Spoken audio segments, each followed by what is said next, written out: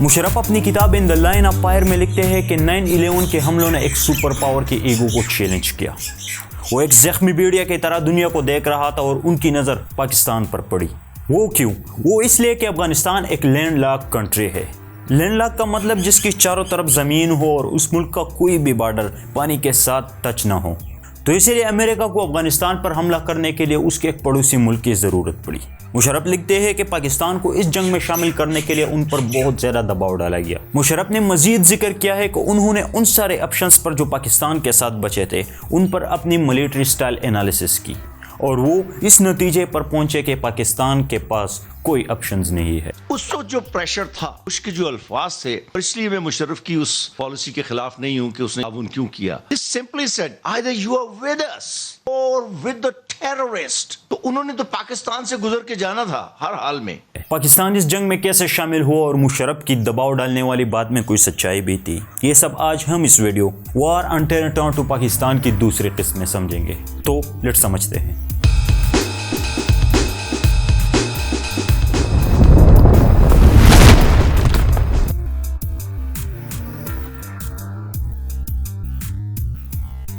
« 9/11 का हमला कैसे हुआ, इसकी प्लानिंग कैसे की गई, ये सब तो हम आपको इस सीरीज की पिछली एपिसोड में दिखा चुके हैं।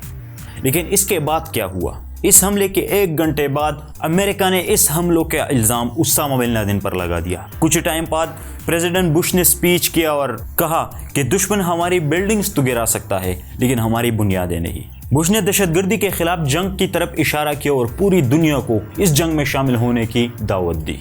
And to conduct a full-scale investigation to hunt down and to find those folks who committed this act.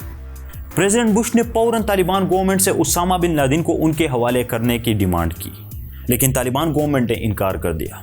उनका ख्याल था कि उसामा बिन लादेन के खिलाफ सबूत पक्के नहीं है। इस इनकार के बाद अमेरिका ने फौरन अफगानिस्तान पर अटैक करने की मनसूबाबंदी शुरू कर दी। अमेरिका को अफगानिस्तान पर अटैक करने के लिए सबसे पहले तो अफगानिस्तान के एक पड़ोसी मुल्क की ज़रूरत पड़ी, तो उनके लिए पाकिस्तान एक अच्छे ऑप्शन के तौर पर सामने रहा। इसकी सबसे बड़ी वजह तो पाकिस्तान और अफगानिस्तान के दरमियान काफ़ी हद तक फैला हुआ बॉर्डर है, और दूसरी वजह पाकिस्तान की एक मजबूत आर्मी, और तीसरी और सबसे अहम वजह माजी में पाकिस्तान और अमेरिका के ताल्लुकात, जो अमेरिका अपने ज़रूरत और अपने हिसाब के मुताबिक बनाता और बिगाड़ता। ये सारी मनसूबाबंदी तो हो गई थी, लेकिन अब पाकिस्तान को इस जंग में घसीटने की बारी थी। 12 सितंबर को US secretary of state Colin Powell ने अनाउंस किया कि अमेरिका पाकिस्तान से पूरी मदद की तवक्को रखता है। एक दूसरी जगह पर बुश ने एक रिपोर्टर के सवाल का जवाब देते हुए कहा कि हम पाकिस्तान को इस जंग में शामिल होने की मौका ज़रूर देंगे। 13 सितंबर पर जब पाकिस्तान के एम्बेसडर मदीहा लूदी और DJI general Mahmood US deputy secretary of state Richard Armitage के साथ एक मीटिंग में थे, तो उन्हें सबसे मशहूर धमकी मिली कि हम आपको पत्थर के ज़माने में धकेल देंगे। पाकिस्तान को इस जंग में पूरी तरह उस वक्त जकड़ लिया गया जब पाकिस्तान के लिए यूएस एम्बेसडर वेंडी किम्बरलिन ने पाकिस्तान के सामने 7 डिमांड के एक सेट रख दी। उन डिमांड में शामिल था कि पाकिस्तान अपनी बॉर्डर पर अलकायदा ऑपरेशंस बंद कर दे।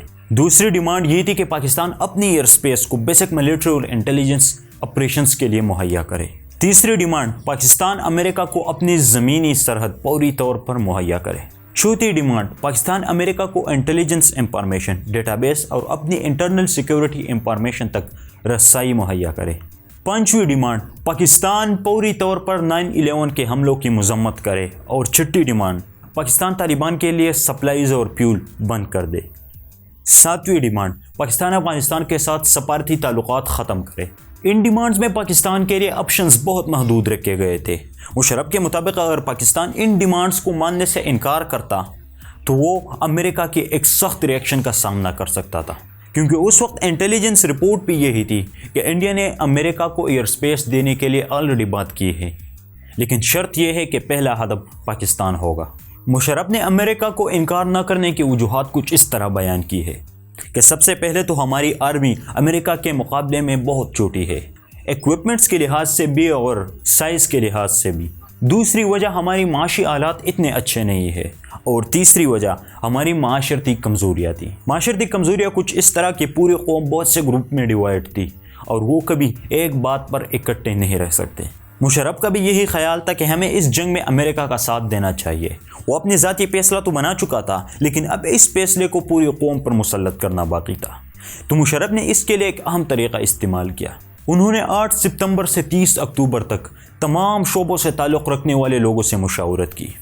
انہیں اپنی بات سمجھائی اور انہیں کنونس کرنے کی کوشش کی. بالآخر وہ سب کو کنونس کرنے میں کامیاب ہو گئے اور پاکستان اس جنگ میں شامل ہو گیا. مشرف کا خیال تھا کہ اس جنگ میں شامل ہونے سے پاکستان کو بہت فائدہ ہوگا لیکن ان کے سارے اندازے غلط ثابت ہو گئے. پاکستان کو اس جنگ میں کتنا مالی اور جانی نقصان ہوا وہ ہم اب اس سیریز کی اگلی ویڈیو میں سمجھیں گے. تو تب تک کے لیے اس چینل کو سبسکرائب کریں. ملتے ہیں نیکسٹ ویڈیو میں.